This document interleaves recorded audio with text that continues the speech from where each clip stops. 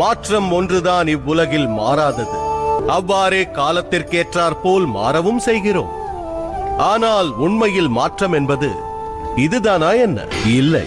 மாற்றம் என்பது மிக நிலையானது.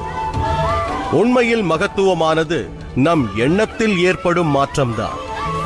காலத்திற்கேற்றாற் போல் நம் எண்ணங்களையும் மாற்றிக்கொள்ள வேண்டும். வெளித்தோற்றத்தில் மாற்றமானது சமுதாயத்தை சுத்திகரிப்பது இல்லை.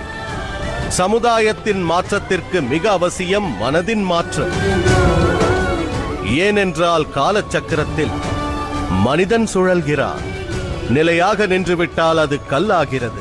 ஆதலால் காலத்துடன் தன் எண்ணத்தை மாற்றிக்கொள்ளாதவன் வெறும் கல்லுக்கு நிகரானவன். மனிதன் கல்லாவது சமாதியில் மட்டும்தான். அதுவே அவன் முடிவாகிறது.